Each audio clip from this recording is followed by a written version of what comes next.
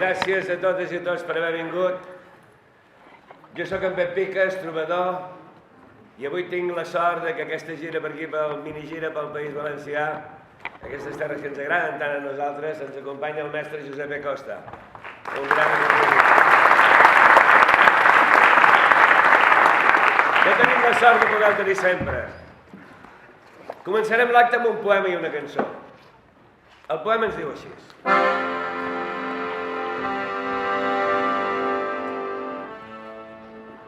Companys, quan la mort em prengui, enterreu-me sota terra, amb una falç a la dreta i un clavell roig a l'esquerra. I poseu al damunt meu, a més de la terra, una pedra amb 4 socs, amb 4 barres vermelles. I en senyal de llibertat, m'hi poseu una cadena amb tots els graons trencats per l'escalfor de la terra. Veuré el sol cada matí i la lluna cada vespre. I podré sentir com els grills canten a l'estiu alegres. I a la tardor sentiré el so de les fulles seques com passen pel damunt meu perquè el vent les arrossega. I l'hivern em donarà la frescor que tant m'agrada. I en arribar la primavera sentiré una altra vegada amb el perfum de les flors, el cant d'aquell grill cantor que em vindrà a fer companyia perquè mai em trobi sol. Sentiré la veu del vent que em dirà a cau d'orella: per la nostra llibertat, quan convé, seguem cadenes, que roja tenim la sang que tomba per nostres venes. I aquell clavellet vermell que estarà a la meva esquerra m'omplirà totes les venes amb una força tan gran que en arribant a la dreta tornaré a agafar la falç, per si han refredat la terra amb mentides i opressions i s'han tornat a soldar els galeons de la cadena.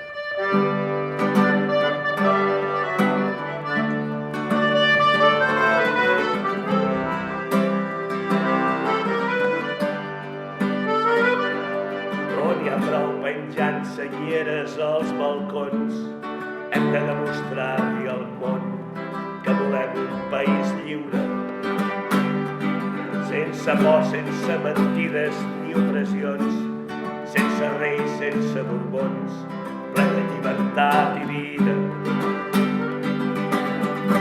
Perquè som una nació, tal com diu la nostra història, oprimida pel Borbó i amb un passat ple de glòria, perquè som una nació que crida des de l'entranya: volem viure en pau i amor, no volem ser un tros d'Espanya. I és per això que us dic que no n'hi ha prou. No, germans, no n'hi ha prou. No n'hi ha prou si cerquem la llibertat. No podem quedar-nos quiets, no podem estar aturats. Cridem fort que escolten la nostra veu i la gent de tot arreu se n'adoni que hi ha un poble. Perquè som una nació, tal com diu la nostra història, oprimida pel Borbó i amb un passat ple de glòria. Perquè som una nació que crida des de l'entranya: volem viure en pau i amor, no volem ser un tros d'Espanya. És per això que us dic que no n'hi ha prou. No, germans, no n'hi ha prou. Lluitem sempre junts, no n'hi ha prou.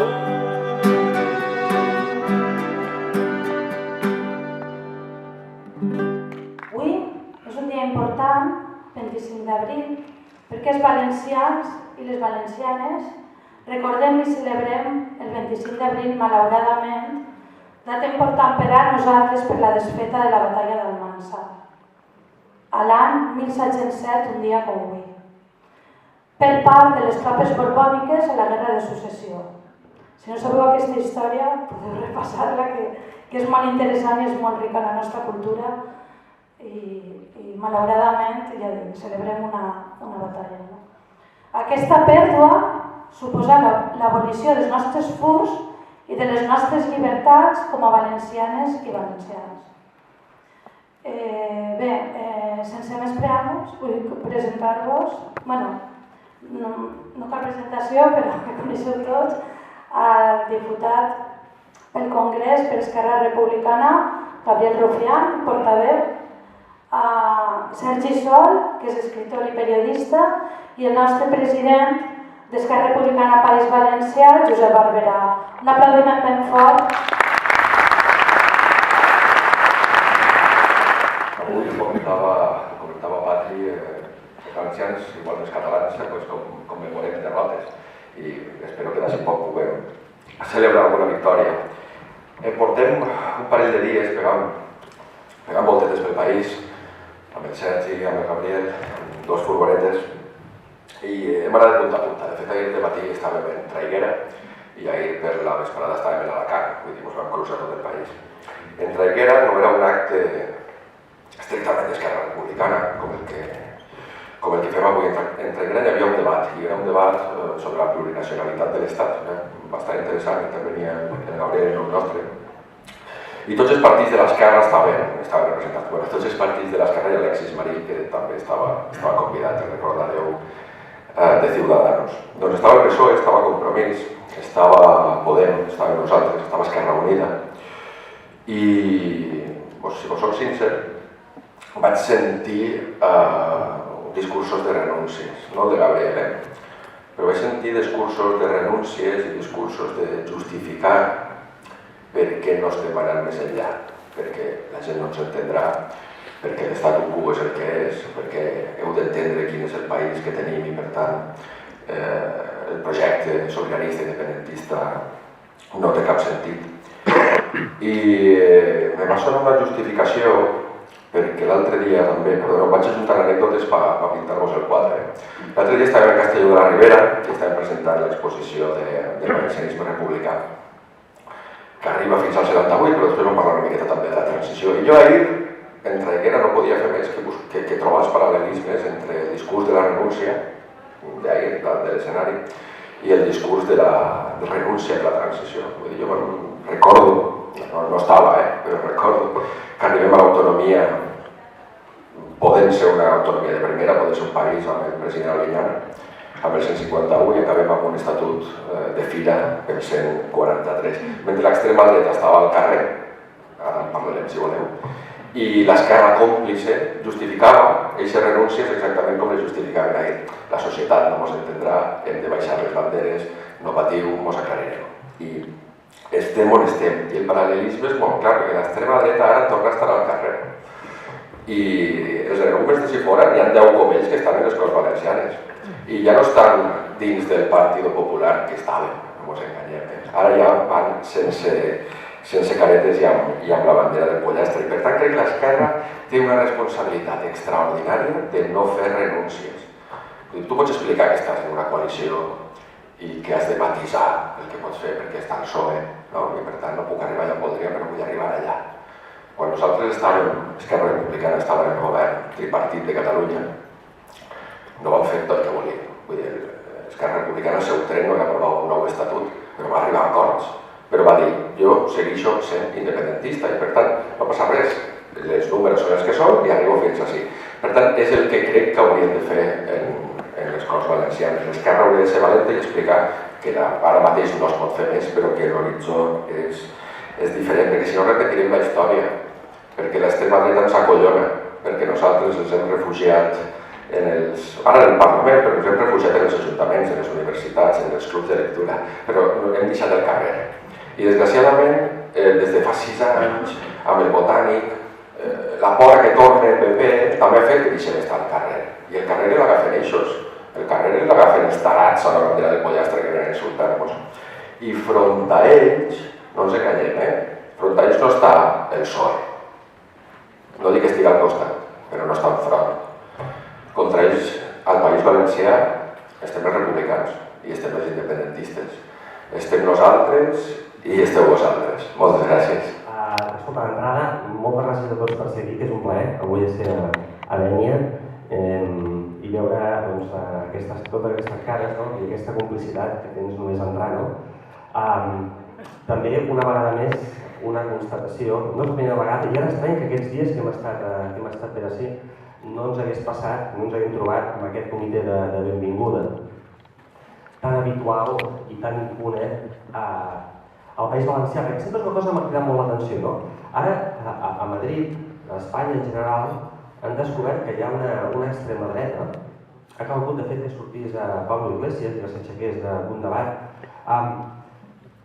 però no han tingut mai gaire present, o gens present, que fa dècades, que exactament aquí, al País Valencià, sosteniu l'amenaça, la coacció i fins i tot el terror de l'extrema dreta, i que això s'ha naturalitzat i s'ha normalitzat, entre altres coses, molt sovint per la indiferència d'aquells que governaven i de vegades per la seva passivitat i en alguna ocasió fins i tot per la seva complicitat.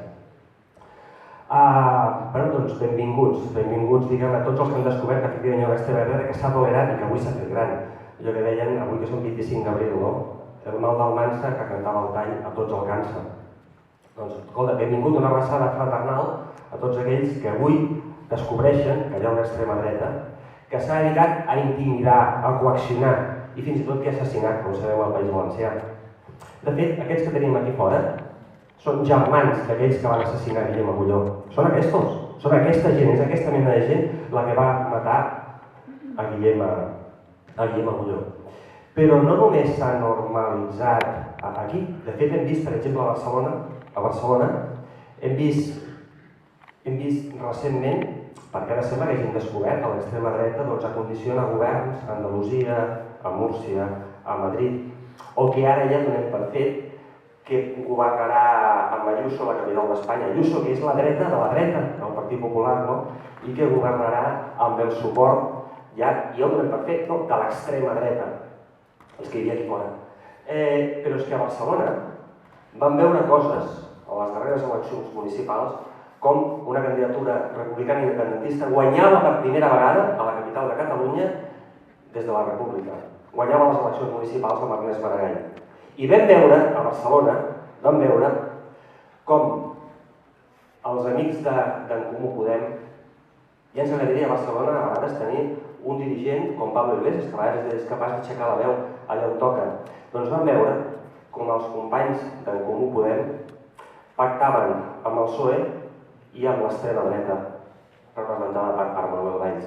Aquells que ells mateixos assenyalaven, deien que eren, quan parlaven d'ells despectivament, deien que eren els fons LAC, perquè estaven finançats perquè amb aquest tipus de diner.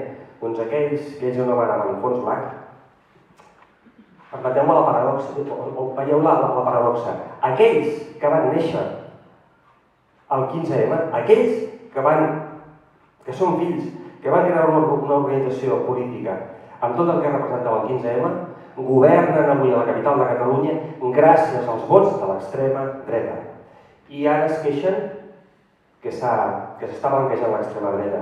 Escolti, benvinguts, que ho hagin descobert més del tard que mai, no? I que per una vegada entenguin i interioritzin qui són els companys de trinxera, per molt diversos que siguin aquests companys i heterogenis, aquests companys de trinxera, i aquells que volen sepultar aquesta trinxera. Dit això, volia fer un breu recordatori d'una anècdota que ens va passar a la Gabriel de Villera, a la Gabriel Rufián, fins a quin extrem podem arribar. El 2019 vam venir a presentar, vam fer també una roda de presentacions d'un llibre, que era Oriol Junqueras, fins que siguin lliures, i entre d'altres llocs vam anar a Ribarroja d'Editoria a presentar el llibre. Gent fantàstica, que es va fer al castell de Ribarroja, com vosaltres avui aquí, no? Però havia convocat també l'extrema dreta. Aquell dia potser l'extrema dreta va convocar un centenar de persones, potser, no? Molt agressives, molt agressives. De fet, es van concentrar als dos punts d'accés, i la Guàrdia Civil, que va ser, la policia que hi havia aquell dia, va muntar unes barreres certament, i aleshores ens va fer, a tots els que assistíem a l'acte, una mena de passadís, un passadís estratègic, perquè passéssim, i aquell passadís es va convertir en un escarni. Passaves per allà i t'insultaven, t'escopien, t'amenaçaven, t'intentaven agredir.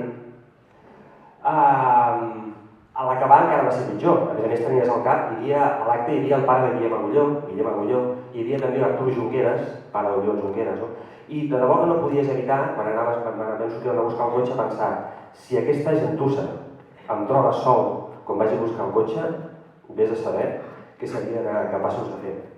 El cas del Gabriel deia, amb ironia, amb sarcasme, deia l'actitud de la Guàrdia Civil va ser tal que només els va faltar fer-se un selfie amb els fatxes, només els hi faltava això. perquè van tolerar tot el que van fer. Bé, el cas és que el Partit Socialista després va portar al ple de Riba-roja, va portar una moció per condemnar presumptament els fets. I bueno, està bé, no? Doncs bé, el resultat d'aquella moció, que era una presumpta condemna dels fets, és un canvi d'usos del castell. De manera que avui, del castell del recinte, on vam fer l'acte, de manera que avui, aquella presentació d'aquell llibre, Oriol Junqueras fins que siguem lliures, que també va ser com avui, una intervenció, diguem, político-musical, literària, aquell acte avui no es podria fer. Avui nosaltres no podem anar al castell a presentar un llibre d'Oriol Junqueras, perquè el Partit Socialista, la iniciativa del Partit Socialista ho impedeix ara, per cert, amb la complicitat, amb el vot a favor de tot el plenari municipal, que hi havia tothom. En canvi, els fatxes poden tornar a venir al castell a fer escarni o a fer el que els hi convingui. Això és el que va succeir, que de fet és allò ben bé que acabem convertint o acabem prenent decisions que beneficien o que protegeixen els botxins i que en canvi impedeixen als demòcrates, els que van ser víctimes, doncs senzillament poder-se expressar. Diguem que és ben bé capgirar la història i confondre absolutament tot. De fet, abonar el terreny perquè l'extrema dreta pugui seguir imposant la seva llei. Bé, jo no vull posar-me transcendent, al contrari, a més estic molt content de ser avui aquí, i permeteu-me que us presenti breument, faci una presentació molt personal del Gabriel Rufián, perquè de fet amb el Gabriel ens coneixem ja de fa anys, ens estimem molt amb el Gabriel. Ell és el famós, ell sempre és el famós, jo sempre això li fa molta ràbia, sempre dic, jo soc el guapo i tu ets el famós, i és evident, has de dir la màscara que l'any de més clar. Bé, el cas és que Gabriel, Oriol Junqueras, quan va presidir Esquerra Republicana, tenia molt clar que volia un partit de majories, que volia guanyar, que l'objectiu era guanyar. L'objectiu no era tant tenir raó, fa 40 anys que tenim raó, i 40 anys que no guanyem. I Junqueras vol guanyar, i ens deia, un partit que vol ser hegemònic s'ha d'assemblar a la societat que vol representar. I en aquell moment, a l'independentisme, que hi hagués una persona com el Gabriel, que era de Santa Coloma de Gramenet, de fet el barri del Fondo de Santa Coloma de Gramenet, que és un barri, el Gabriel sempre explica, que ell va començar a sentir parlar en català ja d'adolescent, quan va canviar la seva residència, on els seus pares van anar a viure a Badalona.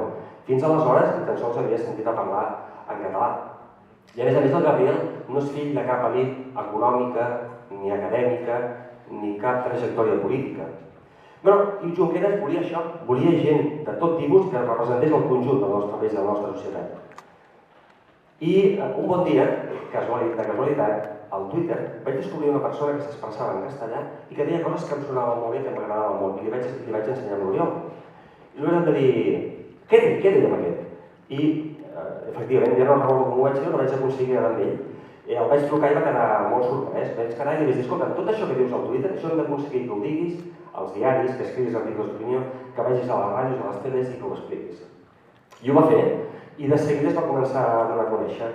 I amb aquesta vocació de l'Oriol d'obrir cada vegada més Esquerra Republicana, al final, en 4 dies, perquè això que estic explicant era el 2014, i el 2015 el Gabriel Rufián era el candidat d'Esquerra Republicana al Congrés dels Diputats.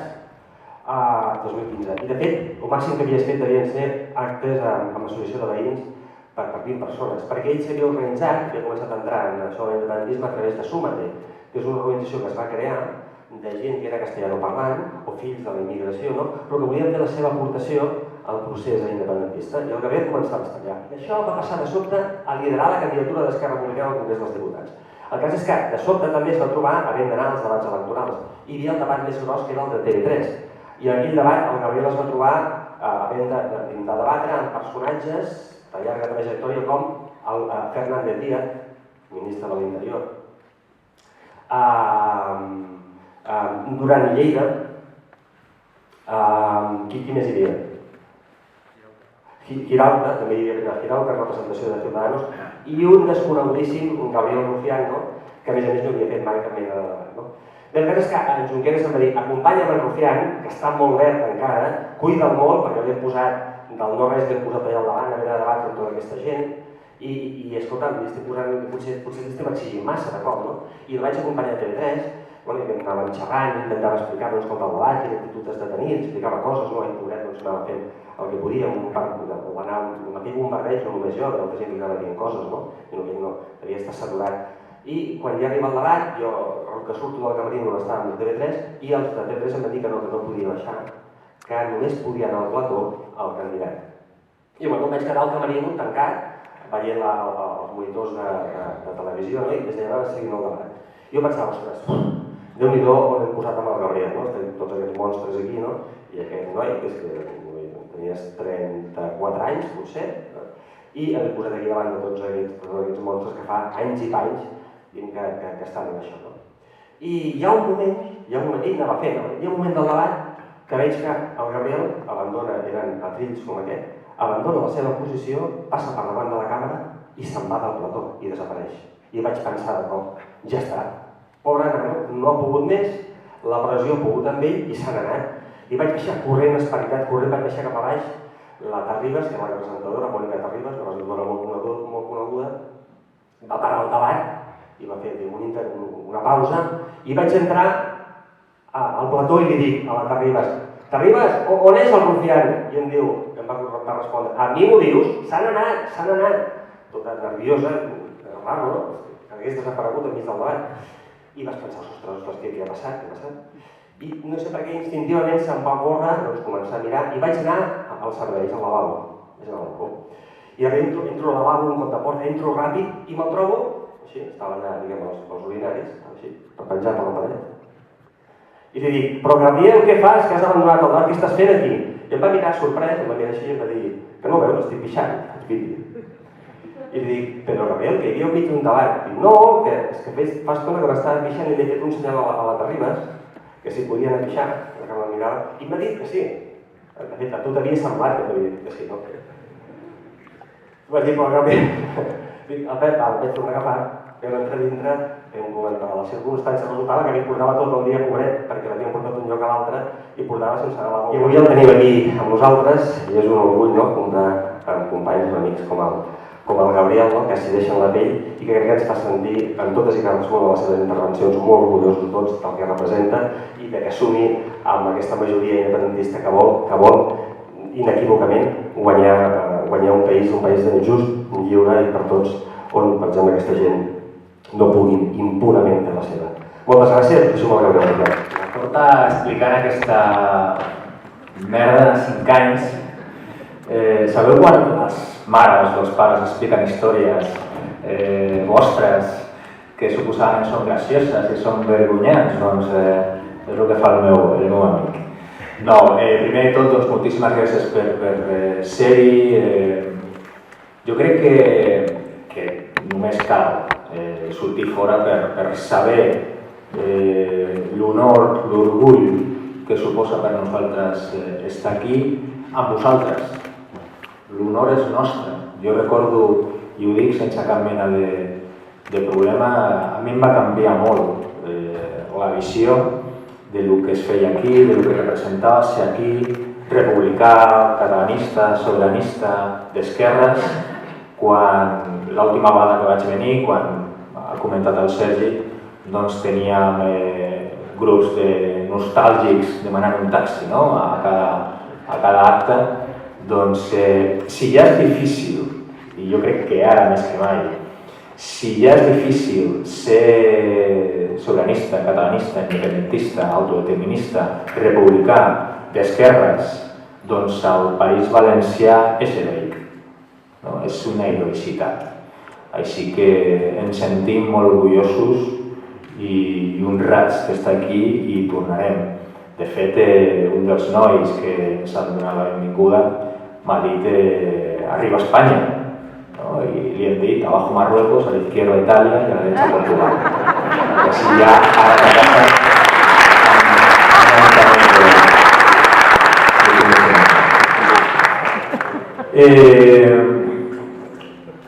seria molt pedant per part meva, per part de pràcticament qualsevol persona, dir que tenim o tinc respostes. Jo tinc molt poques respostes, però sí que segurament tenim sospites, no? Sospites de per què passen segons quines coses.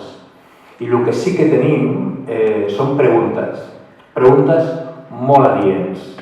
I només ja intentar trobar o arribar a conclusions i respostes comuns ja és un èxit, no?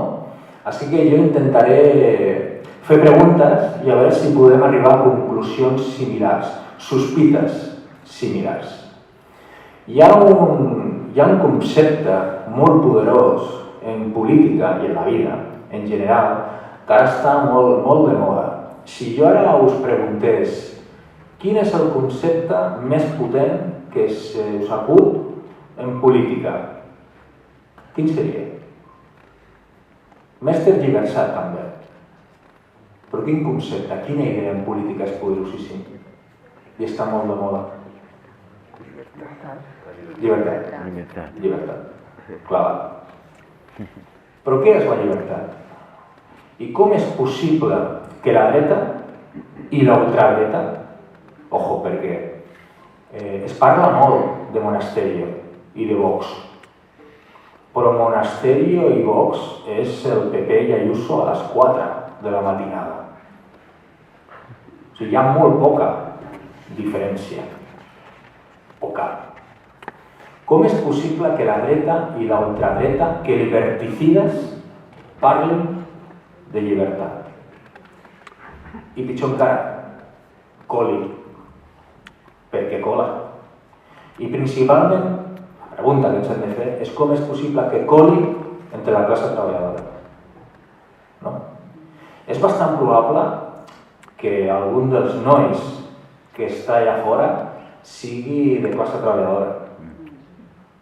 És molt probable que, malauradament, algun d'aquests nois que estan tan cabrellats cobri el salari mínim interprofessional. La pregunta que ens hem de fer és com és possible que algun d'aquests nois que cobra el salari mínim interprofessional estigui tan cabrellat, per exemple, amb mi, que voto a favor de pujar el salari mínim interprofessional. I en canvi voti a gent que vota en contra de pujar el salari mínim interprofessional. No? Més preguntes. Sí. Com és possible que un partit que pot ara mateix guanyar, Partit Popular a Madrid, de fet l'única pregunta és si totes les esquerres juntes, si al final considerem el PSOE d'esquerres, totes les esquerres juntes poden sumar per intentar guanyar Ayuso, no? Com és possible que un eslògan com comunisme o libertat, que seria bastant friqui fa 10 anys, 15 anys, 20 anys, com és possible que sota aquest eslògan algú es pugui presentar a les eleccions, principalment si és de dreta o d'ultradreta, i pugui guanyar? Jo ja m'estic fent gran, ho noto, perquè començo a parlar de referents que la gent jove em mira com les vaques al tren. Però segurament molts de vosaltres recordeu en tal Jesús Gil. No? Jesús Gil, un reaccionari, expresident de l'Atlético de Madrid, corrupte, etc. Jesús Gil, recordeu que sortia fa 20 anys, 25 anys a Telecinco amb jacuzzi, rodejat de mamachichos, parlant dels problemes d'Espanya, carajillero i tal. Allò feia gràcia. Ara Jesús Gil tindria 15, 20, 25, 30, 52 diputats al Congrés. O pitjor encara, seria ministre. O pitjor encara, president de Comunitat Autònoma. Però tornem al concepte de la llibertat. Com és possible que aquesta gent pugui interpel·lar a la classe treballadora en conceptes com aquests? La primera pregunta que ens hem de fer és què és la llibertat? Què és ser lliure? O què ens diuen que és ser lliure? Podria semblar que ser lliure és poder fer. Poder fer. Potser ser lliure és ser el que vulguis ser i no poder fer el que puguis fer. Perquè, per exemple, et fa lliure, ens fa lliures poder anar a un aeroport, agafar un avió i donar la volta al món. Això podria semblar que és llibertat. Però de què ens val anar a l'aeroport, poder anar a l'aeroport, poder agafar un avió i poder donar la volta al món si no tenim com pagar el bitllet? Podria semblar que la llibertat, ser lliures, és poder escollir entre 150 sèries de 4 plataformes audiovisuals diferents i poder comentar-les al bar, poder comentar-les en família, poder comentar-les al centre de treball. Això podria semblar que és llibertat, que és ser lliure. Però de què serveix poder veure 150 sèries si després no tens com que pagar llum? Aleshores, de què parlem? Quina és la llibertat de la qual parla la dreta i l'ultradreta de la classe treballadora? La llibertat entre dormir a un portal o dormir sota un pont. La llibertat de que si et trobes malament, estàs trist, deprimit, comprar un diazepam o un llibre d'autoajuda. La llibertat entre repartir una hamburguesa a no sé qui, en una bici o en una moto. Aquesta és la llibertat que proposa la dreta i l'ultradreta a la classe treballadora. La pregunta que ens hem de fer és com és possible que hi hagi tanta gent que hi compra. Com és possible? Segurament vosaltres coneixeu gent, bona gent, amics, veïns, familiars, bona gent, que està més cabrejada, molt més cabrejada, perquè el Pablo Iglesias o jo mateix cobrem el salari públic que contempla la llei pel nostre càrrec, en el meu cas, el mateix que cobren els 350 diputats i diputades. Com és possible que hi hagi gent de classe treballadora que estigui més cabrejada perquè segons qui d'esquerres cobra el salari contemplat per la llei que un rei sàtrapa fugat a Emiratos amb centenars de milions d'euros a paradisos fiscals?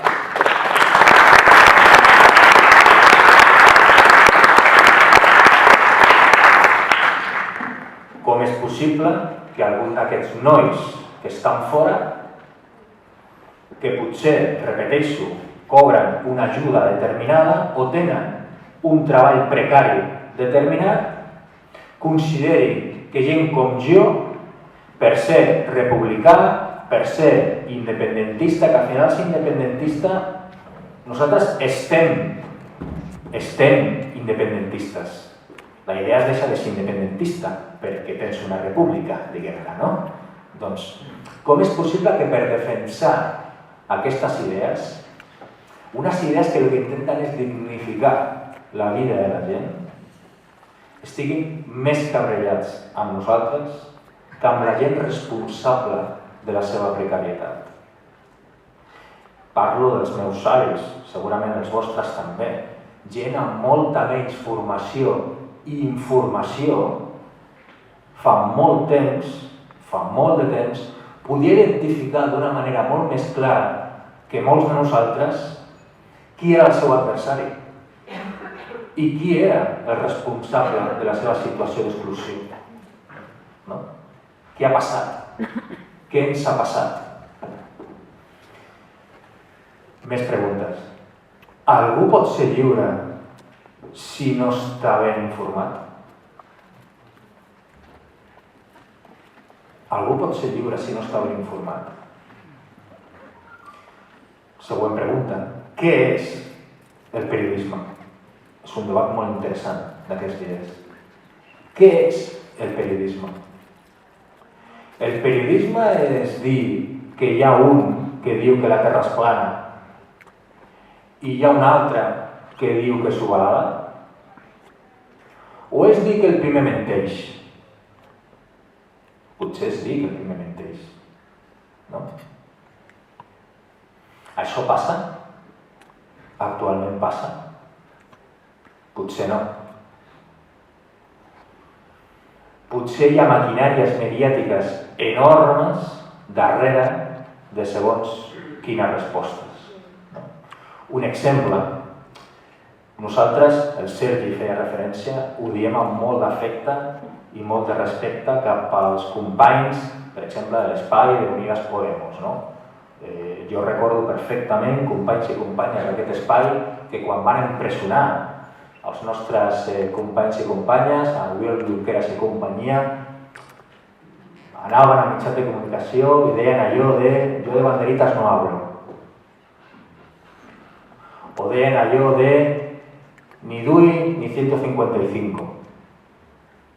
Tu pots estar molt en contra de l'independentisme, tu pots estar molt en contra de la independència, tu pots estar fins i tot molt en contra de que la gent voti un referèndum. Grinyola si ets d'esquerres, però bueno.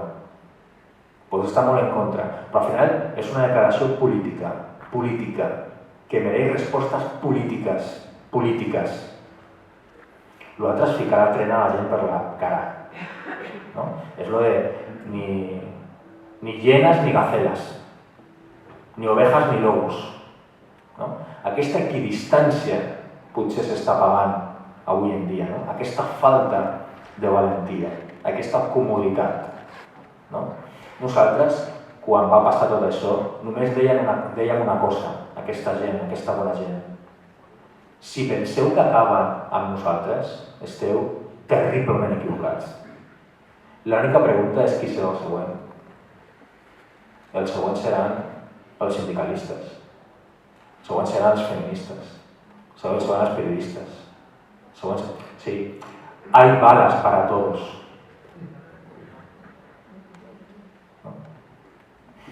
La preguntes que ens hem de fer és com és possible, doncs, que algú de classe treballadora de Brasília votés al Bolsonaro, que algú de classe treballadora d'Oklahoma votés a Trump, que algú de classe treballadora del País Valencià voti a Abascal, que algú de classe treballadora de Madrid voti a Ayuso.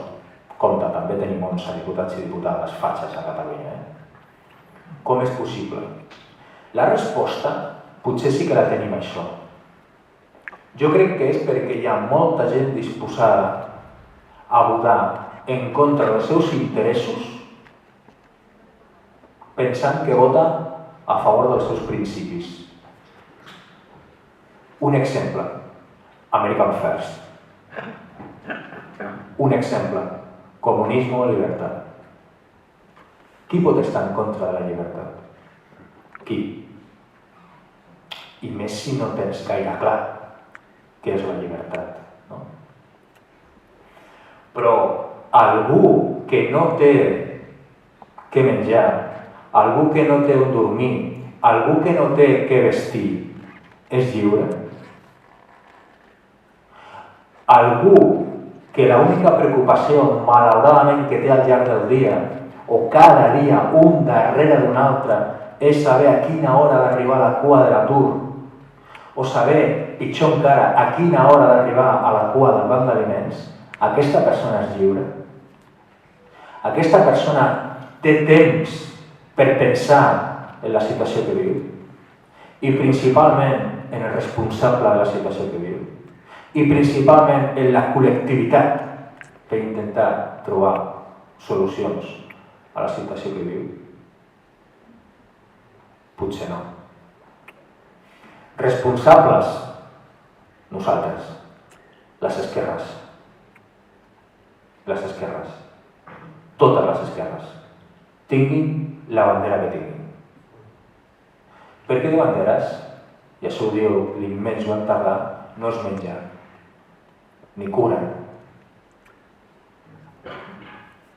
Tu has d'omplir de contingut la bandera. Què és una pàtria? Què és una pàtria? A mi, una de les coses que més em criden pel carrer i més ens va sobtar quan vaig arribar a Madrid era i és Viva Espanya! No? Jo deia, doncs, viva. Sí, però quan tu utilitzes la teva pàtria, el que tu sents com pàtria, els teus símbols com un totxo per llançar-li algú al cap, quina mena de pàtria és això? De fet, a mi em preocuparia molt, molt més, que algú em cridés «Vivan los hospitales públicos españoles! ¡Vivan los colegios públicos españoles! ¡Vivan los servicios públicos españoles!» Perquè significaria que jo tinc alguna cosa en contra dels serveis públics.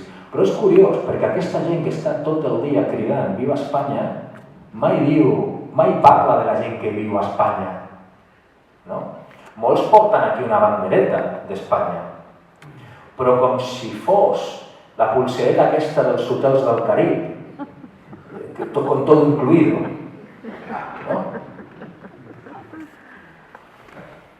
Una de les coses que jo crec que el republicanisme ha d'entendre, que l'independentisme ha d'entendre, que les esquerres han d'entendre, és que hi ha molta gent, molta gent, que no s'emociona amb els mateixos símbols que nosaltres.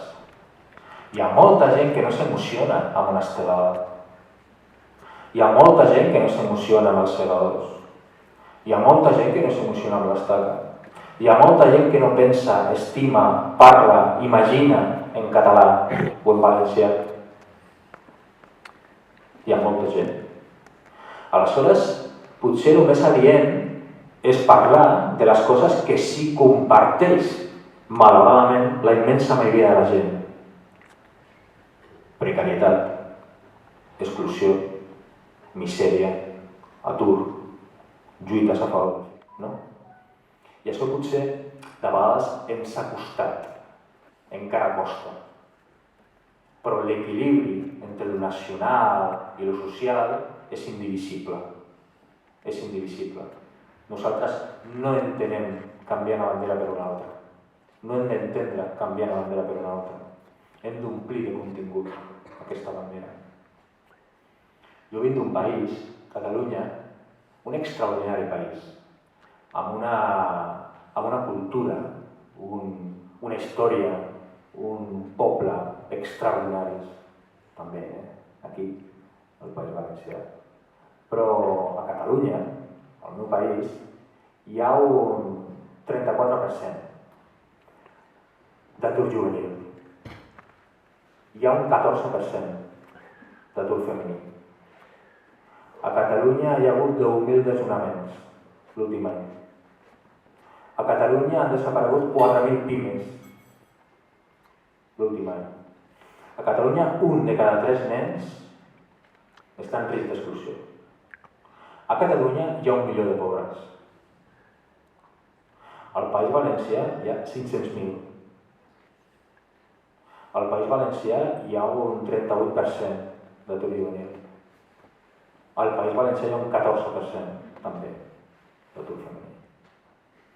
Això ens fa menys, en el meu cas, independentistes. Això ens fa menys sobiranistes. Això ens fa menys republicans. Això ens fa menys d'esquerres. Saber, dir i voler batallar contra tot això. No.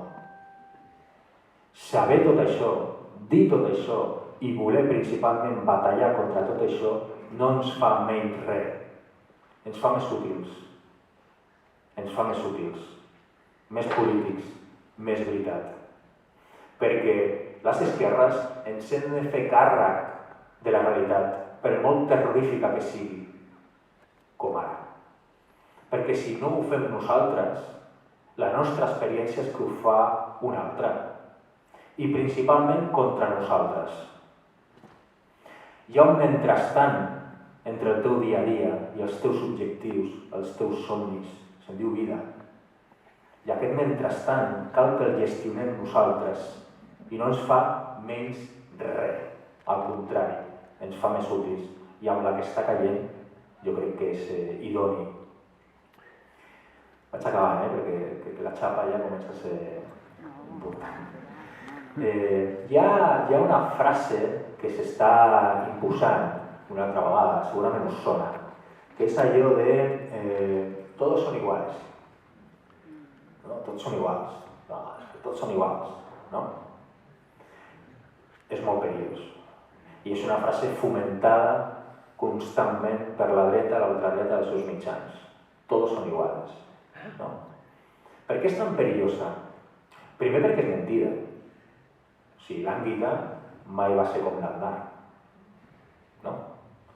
Segon, perquè si todos son iguales, que se quede uno, el resto fuera, a 40 años. I tercer, perquè si aquesta indignació, no? Aquesta desafecció, fa uns anys es va articular, per sort, al voltant de solucions, de propostes, de lideratges, de partits d'esquerres progressistes, el 15M. No? En el cas de Catalunya, el procés d'autodeterminació. Processos revolucionaris, idees revolucionàries, de trencament, de moviment de l'estatus quo. No? Ara, amb el republicanisme, l'independentisme, les esquerres en institucions, qui pot, al voltant de què es pot aglutinar aquesta indignació mal articulada? Al voltant de l'ultradreta i la dreta. Però encara és pitjor, perquè després de todos son iguales ve lo de yo no voto más. He sentit gent que diu això de yo no voto més, jo és que no voto más, ¿para qué voy a votar? ¿No? Error. Allà és quan comencen els ratolins a votar gats. Per què error? Perquè a Sarrià, de Barcelona, a la Bonanova, de Barcelona, al barri de Salamanca, de Madrid i al barri més ric, als barris més rics del País Valencià, sempre voten. Sempre voten. Sempre. Els seus. Perquè ells sí que tenen consciència de classe. De la seva. Però jo no voto más és terriblement perillós perquè només té implantació als barris humils. Només. I la gent de classe treballadora ha d'entendre que només, malauradament, només hi ha un dia on és igual que el responsable del seu patiment. Només hi ha un dia on un treballador de la SEAT és igual que un directiu de la SEAT. Només hi ha un dia on un treballador que està tot el dia controlant peces a una màquina és igual que algú que està controlant accions a una cartera de valors. I és el dia que es vota. El seu vot val exactament el mateix, de moment. Solucions, perquè no aneu ara a prendre dos whisky a veure si ho passeu tot això. Hi ha horitzons d'il·lusió. No? Jo crec que totes les esquerres estan arribant a conclusions. Hi ha molta gent progressista que està arribant a conclusions. No?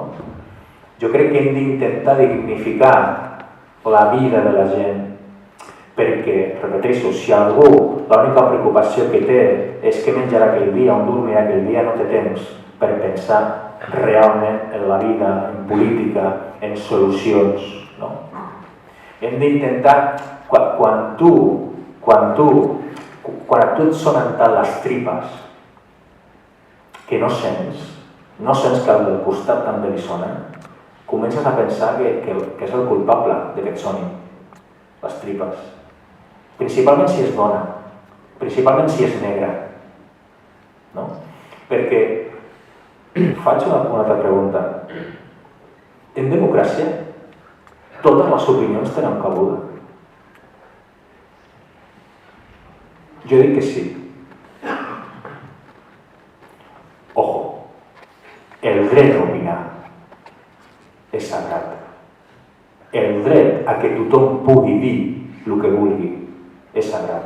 Ergo, totes les opinions tenen cabuda, però no totes les opinions són respectables. Però totes les opinions tenen cabuda. Si tu dius que les vacunes no serveixen, que les dones són menys i que els negres són dolents, tu tens dret a dir-ho, però tu opinió és una basura. Però tens dret a dir-ho, però tu opinió és una basura. Solucions, horitzons d'esperança. Jo crec que Hi ha una fórmula molt clara, a part, evidentment, de solucions que ja s'estan batallant per intentar, repeteixo, que la gent pugui tenir una vida plena per pensar en altres coses, una renda universal garantitzada només pel fet de ser ciutadà, jornades setmanals de 4 dies, i una fórmula que és molt senzilla de dir, però molt complicada de fer. Però crec que ha de ser el futur de les esquerres. Si realment volem guanyar la partida a la dreta i a l'altra dreta. Treballar menys per treballar tots. Treballar menys per treballar tots. Produir lo necessari, perquè només tenim un planeta, i redistribuir-ho tot. Treballar menys per treballar tots, produir lo necessari i redistribuir-ho tot. Amb això ja acabo. Una reflexió per intentar, o no, treure ferro al que està passant. No és nou que la societat estigui polaritzada. Fins i tot no és nova aquesta pulsió violenta. Espanya, d'aquesta pulsió violenta, no és opinió, és informació. D'aquesta pulsió violenta des del segle XIX. Espanya, sense cap mena de dubte, és el país més violent amb aquesta tendència cap a la violència del seu entorn amb molta diferència. Només comparable amb països d'Àfrica o de Latinoamèrica. Des del segle XIX. 3 guerres carlines, una guerra civil, una repressió en temps de pau inèdita. Terrorisme de dretes, terrorisme d'esquerra, terrorisme d'estat. No és nou. L'única diferència és que els mediadors de la societat estan en entredit. Els partits que fan de mediador entre les idees de la societat ordenen les idees de la societat i els mitjans que ordenen el debat. Això està en entredit per raons òbvies. Perdoneu per la xapa. Moltes gràcies. Bé, nosaltres també volem fer el nostre petit homenatge al Mal d'Almansa amb una cançó bastant antiga i amb un poema que diu així: maleït sies per sempre amb tes nets i amb terrenets, com a rei i com a lladre, i botxina a més. Tu podràs portar corona, rei Felip, Borbó francès, però el cor de Manissaga no el tindràs ni tu ni els teus. El Clarís tenia un calze com mai més se n'ha vist cap. El Clarís tenia un calze com mai més se n'ha vist cap. Cada cop que l'aixecava diu que se'l veia plorar. Cada cop que el consagrava diu que se'l veia plorar. I l'escolar que tenia cantant missa al seu costat. I l'escolar que tenia cantant missa al seu costat. Tremolós li preguntava quan veia el pare plorar. Tremolós li preguntava quan veia el pare plorar. Per què ploreu ara, pare? Per què ploreu ara tant? Per què ploreu ara, pare? Per què ploreu ara tant? Ploro per tu, pare, i pels països catalans. Ploro perquè aquesta terra ens ha caigut en males mans. M'agradaria fer una cançó que va néixer al País Valencià i ens porta cap a l'espai del lavabo de l'Euromet. Diu, escolta, veniu cap aquí, que demà hem d'anar al poble, demà passat amb l'altre, hem d'enregistrar una falca amb el mòbil per dir-los que hi anirem. I molt bé, ells es posen a xerrar, jo estava afinant la guitarra i em diu, toca alguna cosa. I bueno, doncs mira, vale, mira que bé. I aquell dia va néixer aquesta cançó, que clar, nosaltres aquí al nostre país tenim jotes, tenim sardanes, tenim de tot, però és que també tenim la rumba catalana i aquell dia va néixer la rumba republicana, que diu així: pare, vull cantar la rumba, pare, que la vull ballar, pare, vull cantar la rumba, pare, que la vull ballar, que tu la rumba republicana amb totes les ganes del teu cantar, que tu la rumba republicana amb totes les ganes del teu cantar. Votarem de bona gana Esquerra Republicana i serem del poble mana, República Valenciana. Votarem de bona gana Esquerra Republicana i serem del poble mana, República Valenciana. Canto la rumba republicana amb totes les ganes del meu cantar, canto la rumba republicana amb totes les ganes del meu cantar. Para vull cantar la rumba, para que la vull ballar, para vull cantar la rumba, para que la vull ballar. Canto la rumba republicana amb totes les ganes del meu cantar. Fins que en Junqueras no sigui lliure per més que ens diguin i ens amenacin, no ens fan callar.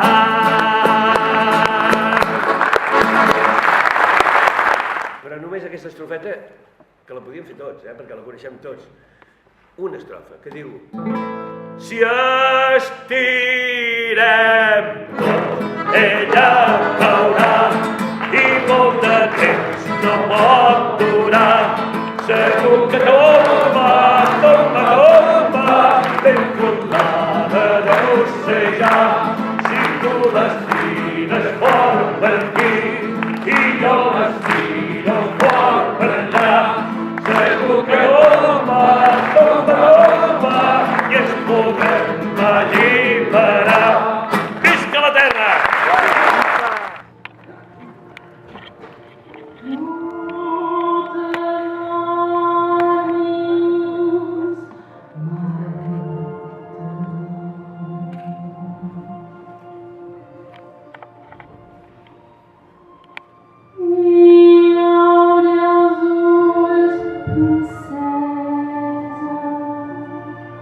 A questa